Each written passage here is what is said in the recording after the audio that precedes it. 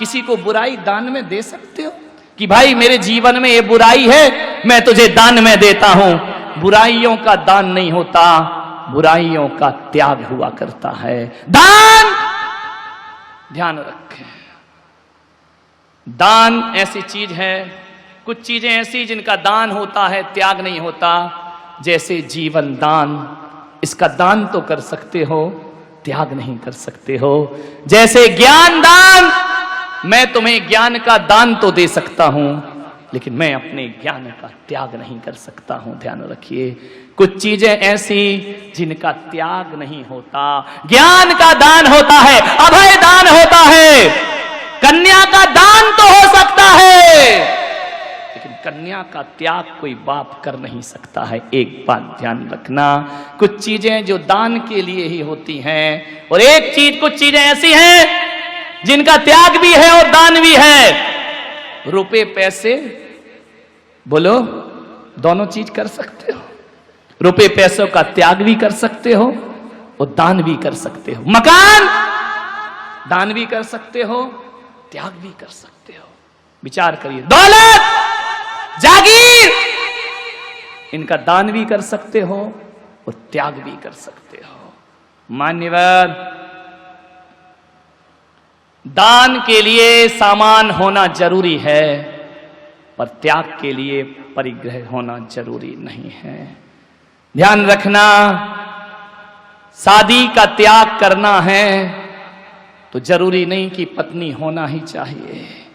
विचार करिए, हमसे बोले कि महाराज साधु ने शादी का त्याग कर दिया, तो बोले तुम्हारे पास था क्या जो छोड़ा, बीवी थी क्या? नहीं। ध्यान रखना, त्याग के लिए सामान जरूरी नहीं होता है, बिना हुए भी हम त्याग कर सकते हैं। दान तो सीमित मात्रा में होता है, दानी वही होता है जिसके पास परिग्रह होता है, और त्यागी वही होता है, परिग्रह हो या ना हो, त्याग तो तीनों लोगों की संपदा का भी कर दिया जाता है। ध्यान, लेकिन हमारी स्थिति उल्टी है, हम दानी को बड़ा मानते हैं, त्यागी को बड़ा नहीं मानते हैं। दानी का बड़ा गुणगान होता है, इसने पैसा दान किया है, त्यागी का नहीं होता है। मेरे भाई, जबकि कहा जा रहा है त्यागी बड़ा है, दानी छोटा है। एक बात याद रखना, मैं त्यागी हूं, तुम क्या हो? दानी हो। कौन बड़ा है मेरे भाई? विचार करो, तुम आहार दान करते हो कि नहीं? कहते हैं ना, जो देता है उसका हाथ ऊपर होता है और जो लेता है उसका हाथ। मैं अभी आहार लूंगा, तुम्हारे हाथ कैसे होंगे? ऊपर होंगे। मेरे हाथ कैसे होंगे? नीचे होंगे। तुम बड़े, हम छोटे। ध्यान रखना, लेकिन याद रखना, ज्यादा बेहोशी में मत जी लेना कि हम बड़े हो गए तुम छोटे हो गए। देखना, हाथ किसका कांपता है, देने वाले का या लेने वाले का? बोलो, किसका हाथ कांपता है? मेरा नहीं कांपता। तुम बड़े हो फिर भी हाथ कांपता है।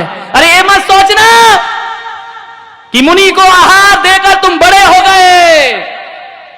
देख ले नादान, तू नीचे खड़ा है, मुनि पट्टे पे खड़ा है। ध्यान रखिए, त्यागी बड़ा होता है। कौन बड़ा? महावीर की सोच तो देखो, सारी दुनिया कहती है देने वाला बड़ा, और मेरे महावीर कहते नहीं, लेने वाला बड़ा। ध्यान रखना, देने वाला कोई बड़ा नहीं होता है। दे करके अपने को बड़ा साबित मत करो, लेने वाले ने तुम पर एहसान किया है लेकर के। ध्यान रखिए, अभी पता चलेगा। ए स्वामी, रोटी किसकी है? बोलो बोलो, बोल दो ना, डर काहे को रहे हो? हमारी थोड़ी है। किसकी रोटी है? तुम्हारी। पैसा किसका? तुम्हारा। चौका किसका? तुम्हारा। माल किसका? तुम्हारा। तुम कमाते हो, तुम इकट्ठा करते हो, तुम्हारे पास रुपए पैसे हैं, माल तुम्हारा। स्वामी कौन? देखो जैन धर्म, स्वामी कौन? तुम्हारी रोटी खा के कौन बोलता है स्वामी? अभी तो बोल दो नमोस्तु। अभी थोड़ी आ रहा हूं तुम्हारे पास, माल तुम्हारा, दौलत तुम्हारी, पैसा तुम्हारा, मकान तुम्हारा, स्वामी हम। कहते हैं ना, हे स्वामी मेरे घर में पधारिए, मेरे घर पवित्र करो, मेरे से आहार लो, तुम्हारे ही माल, तुम्हारी रोटी, और नहीं ले हमारी हेकड़ी। ध्यान रखना, विचार करना, दानी बड़ा कि त्यागी बड़ा। तुम्हारी रोटी तुम कोई आंख दिखा के खाते हैं, बीवी को दिखाना आंख,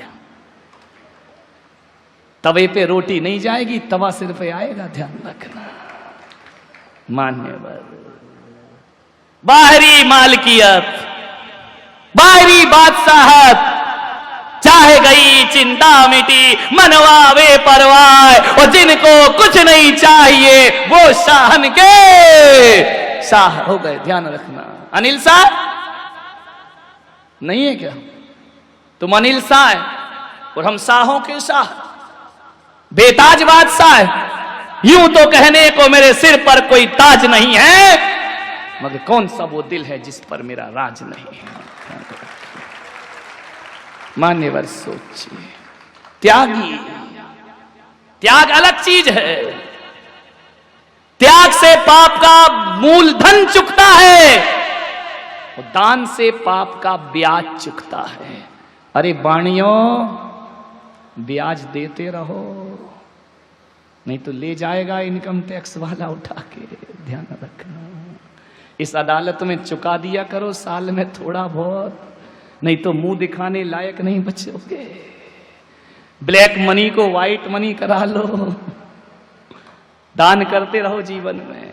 दान से पाप का ब्याज चुकेगा, क्योंकि कहा है कि जो भी दौलत तुम्हारी तिजोरी में है, मिलती तो पुण्य उदय से है, लेकिन आती पापों के रास्ते से है।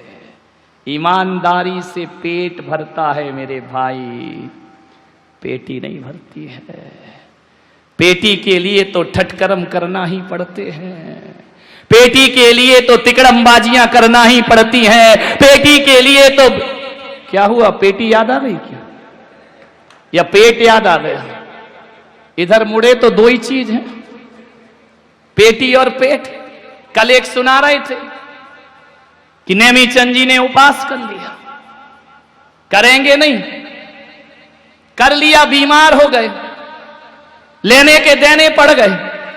जयकुमार साथ में, दोनों डले, बोले डॉक्टर बुलाओ। वैद्य आए, डॉक्टर आए, बोले चूरन चटनी से काम नहीं चलेगा। बोले क्यों? बोले गर्मी बढ़ गई, रात को भैयाव्रती का केस है। बोले गर्मी बढ़ गई। बोले क्या करो? बोले इसे पानी में रखो, जब गर्मी निकलेगी तो बोले दोनों को बांधा। वो क्या है? तिगरा, तिगरा ही क्या है वो, है ना? तिगरा में जाके डाल दिया, सब पका गए। डॉक्टर ने कहा पत्थर बांधो, चेहरा बस बाहर और ढले रहने दो इनको, गर्मी निकल जाएगी। बोले हुआ क्या? बोले पर्यूषण। बोले 9 दिन तो खूब खाया, 14 की ये दशा। नेमीचंद ने चारों तरफ देखा, जहां देखो वहीं पानी, वहीं एक भैंस लोर रही थी। नेमीचंद ने भैंस को देखा, बोले बहन तू भी उपासी थी क्या? विचार करिए, सोचिए। माने तू काहे को पानी में पड़ी है? तूने भी 10 लक्षणी कर ली है क्या? विचार करें। परिग्रह, रात का आनंद अपने आप में है। दिन में मैं आनंद यात्रा कराता हूं, रात में ये कराते हैं। ध्यान रखिए, मैं दुनिया को आनंद लुटाता हूं, रात में ये मुझे देते हैं। मैंने कहा रात में क्यों कराते? बोले रात में ही तो तुम मौन रहते हो, दिन भर तो हमारे बोलने की हिम्मत नहीं है, रात में ही बोल सकते हैं। तो मैं भी सुनते रहता हूं आनंद के साथ। एक अपने नरेंद्र दरी वाले, इनकमिंग बंद, पूरी बंद, माइक कहीं और रखा है। अब बोलते जाओ जो तुम्हें बोलना है। मान्य रहे।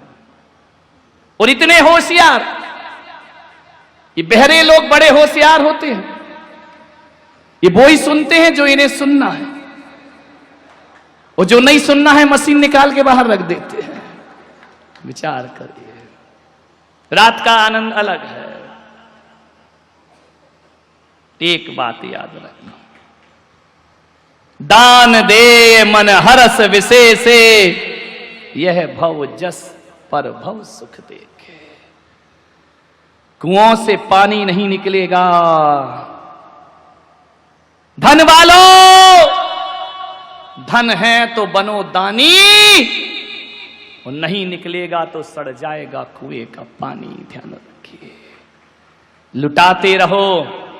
आचार्य विद्यानंद जी महाराज कबीर थे, बहुत बड़े संत।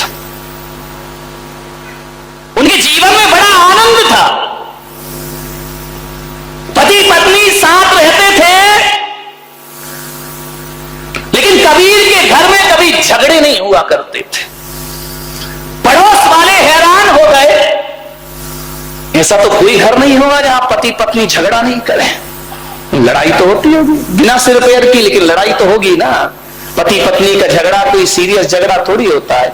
एक बार क्या हुआ, पति पत्नी में झगड़ा हो गया, दोनों तलाक लेने पहुंच गए मजिस्ट्रेट के पास। मजिस्ट्रेट ने कहा भाई पति पत्नी एक बार और सोच लो, ये झगड़ा मत करो, एक हो जाओ दोनों। बोले नहीं नहीं, अब तो तलाक होगी, चाहे कुछ भी हो जाए, अब हम साथ नहीं रहेंगे। अरे तो मजिस्ट्रेट ने कहा थोड़ा और सोच लो, तलाक मत लो। बोले नहीं, तलाक दीजिए, मैं इस आदमी के साथ एक पल भी नहीं रह सकती हो। तो मजिस्ट्रेट ने कहा फिर ऐसा करो, तुम्हारी संपदा का आधा आधा बंटवारा कर लेते हैं, आधा पत्नी को दे दो, आधा तुम ले लो। बोले ठीक है, बांट दो। सारी संपदा बट गई, लड़का एक ही था, इसको कैसे बांटे, आधा आधा कैसे करे कि आधा लड़का तू ले ले, आधा लड़का तू ले ले। पति ने पत्नी को देखा, पत्नी ने पति को देखा, बोले यार ये तो बड़ी समस्या खड़ी हो गई कि लड़का एक है, बंटवारा बराबर से नहीं होगा। पत्नी ने पति का हाथ पकड़ा, बोले चल घर। बोले क्यों? बोले अगले साल आएंगे। ऐसा तो पति पत्नी का झगड़ा, अब एक साल और निभाएंगे, एक और हो जाने तो बराबर का बंटवारा होना चाहिए।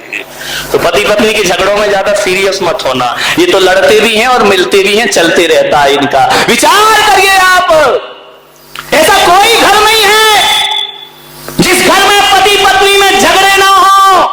सब जगह झगड़े होते हैं, कबीर के घर में ऐसा नहीं था।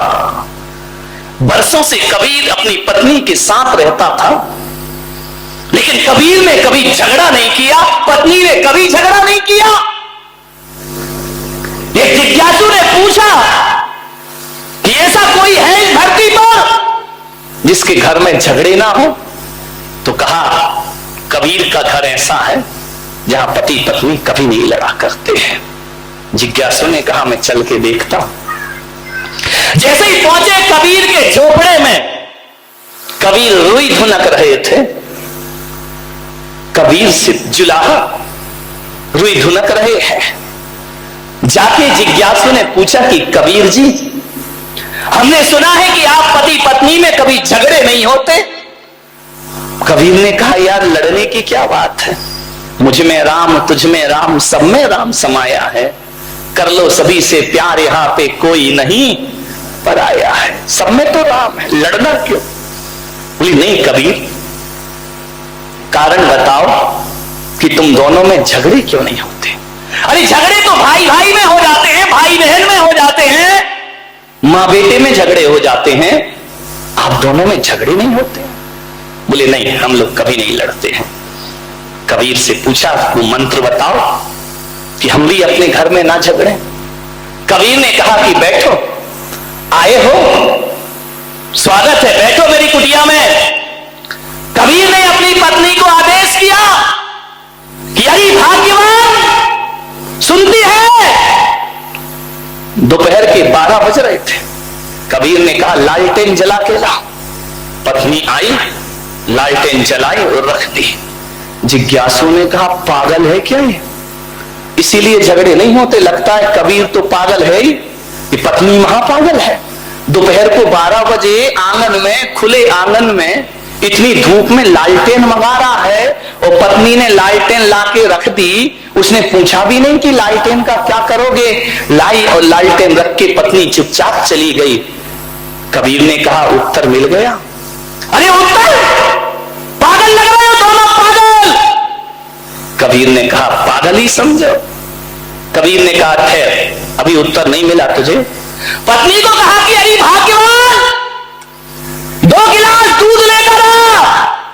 पत्नी गई, दूध के 2 गिलास लाई, एक कबीर के सामने रखा, एक जिज्ञासु के सामने रखा।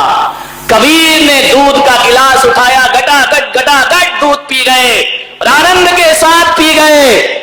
जिज्ञासु को कहा कि तुम भी पियो। जिज्ञासु ने जैसे ही मुंह में लिया, दूध थूक दिया उसने। बोले ये दूध है क्या? ये पागलों का घर है, पागलों का। कबीर ने कहा उत्तर मिल गया। बोले ये क्या उत्तर है? ये तेरी पत्नी पागल है क्या? बोले क्या? बोले दूध में नमक डाल के लाई है, शक्कर डालना चाहिए, चीनी डालना चाहिए, नमक डाल के लाई है। कबीर ने कहा उत्तर मिल गया। अरे बोले ये कोई उत्तर है क्या? कबीर ने कहा तो सुन, जाते जाते उत्तर सुन के जा। हम दोनों पति पत्नी के बीच में प्रेम है, ध्यान रखना।